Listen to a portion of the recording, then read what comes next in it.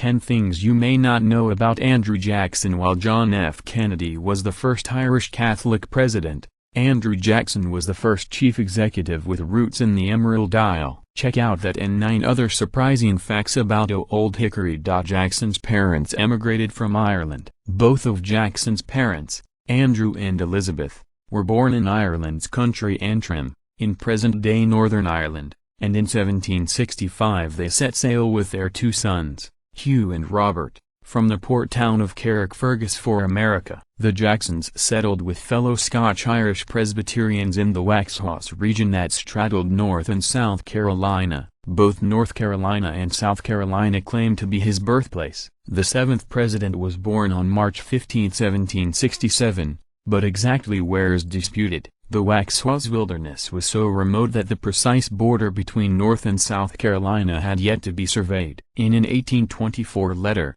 Jackson wrote that he had been told that he had been born in his uncle's South Carolina home, but dueling historic markers in both states still claim to be the true locations of Jackson's birthplace. Jackson killed a man in a duel. The fiery Jackson had a propensity to respond to aspersions cast on his honor with pistols. Historians estimate that Old Hickory may have participated in anywhere between 5 and 100 duels. When a man named Charles Dickinson called Jackson a worthless scoundrel, a poltroon and a coward in a local newspaper in 1806, the future president challenged his accuser to a duel. At the command, Dickinson fired and hit Jackson in the chest. The bullet missed Jackson's heart by barely more than an inch.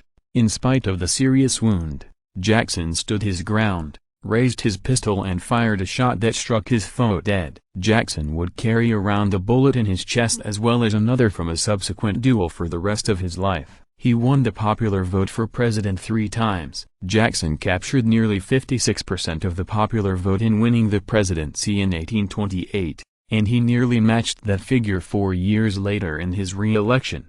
Old Hickory also won the most popular votes, although not a majority, in his first presidential run in 1824. Since no candidate won a majority of electoral votes, the 1824 election was thrown into the House of Representatives, which selected John Quincy Adams in what Jackson's supporters claimed was a corrupt bargain with Speaker of the House Henry Clay, who was named Secretary of State by Adams. In his annual messages to Congress, Jackson repeatedly lobbied for the abolition of the Electoral College. He was the target of the first attempted presidential assassination, as Jackson was leaving the U.S. Capitol on January 30, 1835, following a memorial service for a congressman. A deranged house painter named Richard Lawrence fired a pistol at the president from just feet away. When Lawrence's gun misfired, he pulled out a second weapon and squeezed the trigger.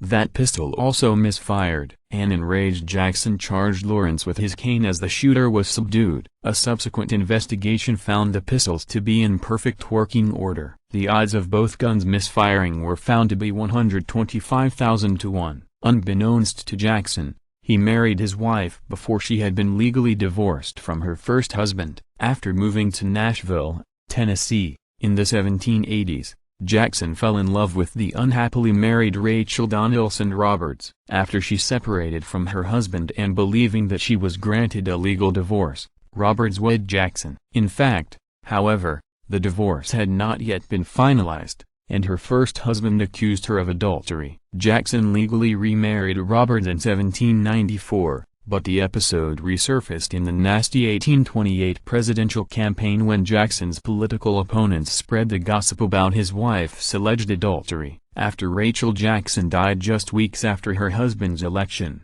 the grieving president-elect believed the anguish caused by the slander hastened her demise. He was the only president to have been a former prisoner of war. During the Revolutionary War, the 13-year-old Jackson joined the Continental Army as a courier. In April 1781, he was taken prisoner along with his brother Robert. When a British officer ordered Jackson to polish his boots, the future president refused. The infuriated redcoat drew his sword and slashed Jackson's left hand to the bone and gashed his head, which left a permanent scar. The British released the brothers after 2 weeks of ill treatment and captivity, and within days Robert died from an illness contracted during his confinement. He adopted 2 Native American boys. Although he led campaigns against the Creeks and Seminoles during his military career and signed the Indian Removal Act as president, Jackson also adopted a pair of Native American infants during the Creek War in 1813 and 1814. Orphaned himself at age 14,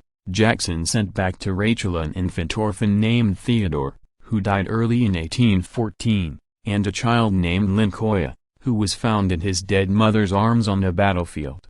"Oh, he is a savage that fortune has thrown in my hands," Jackson wrote to his wife about the boy. Lincoln died of tuberculosis in 1828, months before Jackson's election. He was a notorious gambler. Jackson had a taste for wagering on dice, on cards and even on cockfights. As a teenager, he gambled away all of his grandfather's inheritance on a trip to Charleston, South Carolina. Jackson's passion in life was racing and wagering on horses. Jackson's portrait appears on the $20 bill. Although he detested paper money, chastened by a financial hit he once took from devalued paper notes, Jackson was opposed to the issuance of paper money by state and national banks. He only trusted gold and silver as currency and shut down the Second Bank of the United States in part because of its ability to manipulate paper money. It's ironic that Jackson not only appears on the $20 bill, but his portrait in the past has also appeared on $5,